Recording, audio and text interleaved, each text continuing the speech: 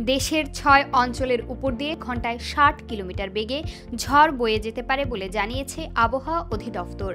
বৃহস্পতিবার ১২ জুন সন্ধ্যা ৬টা পর্যন্ত দেশের অভ্যন্তরীণ নদীবন্দরের জন্য দেওয়া পূর্বাভাসে এ তথ্য জানায় অধিদপ্তর। আবহাওয়া অধিদপ্তর জানায়, খুলনা, বরিশাল, পটুয়াখালী, নোয়াখালী, চট্টগ্রাম এবং কক্সবাজার অঞ্চলসমূহের উপর দিয়ে দক্ষিণ-পূর্ব বা পূর্ব দিক থেকে ঘন্টায় ৪৫ থেকে ৬০ কিলোমিটার বেগে ওয়ালটন আবারও মিলিনিয়ার অফারে ওয়ালটন ফ্রিজ কিনে আপনিও হয়ে যেতে পারেন মিলিয়নিয়ার। মিলিনিয়ার ছড়াছড়ি দেশ জুড়ে, এটা শুধু ওয়ালটনই পারে।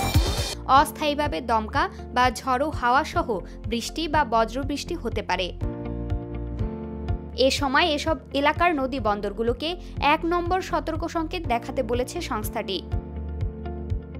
এদিকে সকালের দেওয়া এক পূর্বাভাসে আবহাওয়া অফিস জানায়, বৃহস্পতিবার সকাল ৯টা থেকে পরবর্তী ২৪ ঘন্টার মধ্যে খুলনা, বরিশাল, চট্টগ্রাম ও সিলেট বিভাগের কিছু কিছু জায়গায় এবং রংপুর, রাজশাহী, ময়মনসিংহ ও ঢাকা বিভাগের ২-১ জায়গায় অস্থায়ীভাবে দমকা হাওয়া সহ হালকা থেকে মাঝারি ধরনের বৃষ্টি বা বজ্রসহ বৃষ্টি হতে পারে। সেই সঙ্গে সারা দেশের কোথাও কোথাও মাঝারি ধরনের ভারী বর্ষণ হতে পারে। সারা দেশে দিন এবং রাতের তাপমাত্রা প্রায় অপরিবর্তিত থাকতে পারে।